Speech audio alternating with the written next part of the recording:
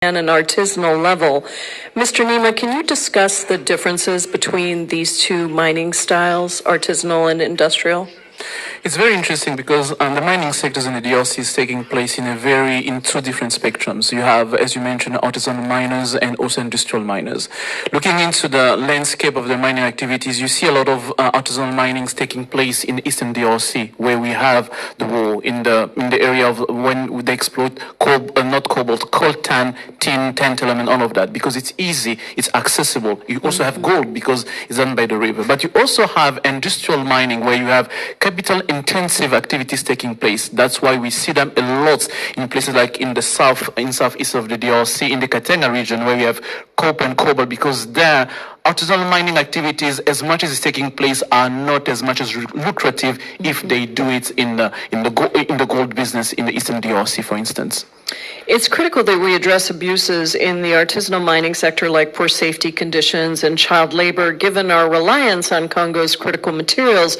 But despite this, a USAID program that involved direct advocacy with the DRC government and artisanal miners to encourage responsible investment in and sourcing of minerals was shuttered.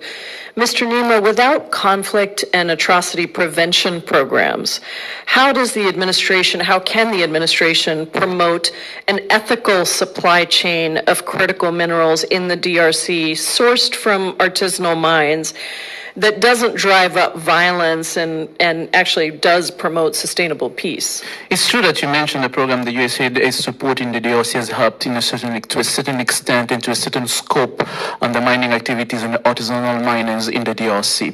But however, the issue that you've mentioned about artisanal miners, the issue is not about nationality or any kind of nationality involved in the mining industry. The issue is about the bad governance in the mining industry in the DRC itself. It's the result of failure of many years to diversify the economy in the way that revenue coming from the mining sectors are spilling over other part of the economy in a way that those local communities are not feeling forced to go to the artisan miners. They can go to school, they can open their own businesses. It's the fact that the mining sectors have lacked linkages in a way that it creates economic opportunities for community around. So I do believe that one of the key elements would be to reform the mining sector in a way that it produce and it yield positive result through diversification of the economy, so tomorrow we don't have artisan miners taking place in the copper and cobalt industry in the DRC. You're sort of getting at my very next question, actually, which is just that the expansion of the mining sector hasn't led to the kind of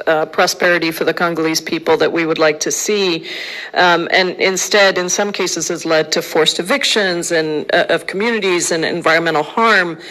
And so I guess the follow-up question is, what precautions then would you take? I mean, you talked about linking it to the broader economic sector in general, more opportunities for people, but what protections would you put in place to ensure that U.S. investment in any country's investment in the mining sector ensures that local communities are treated with dignity, see a greater share of the profits of the resources, and are connected to broader economic opportunities? This is the interesting part about the mining sector in the DRC. The legislation is there. When you look into the document, you see all the laws and regulations allowing mining companies revenues to get to local communities, to change local communities.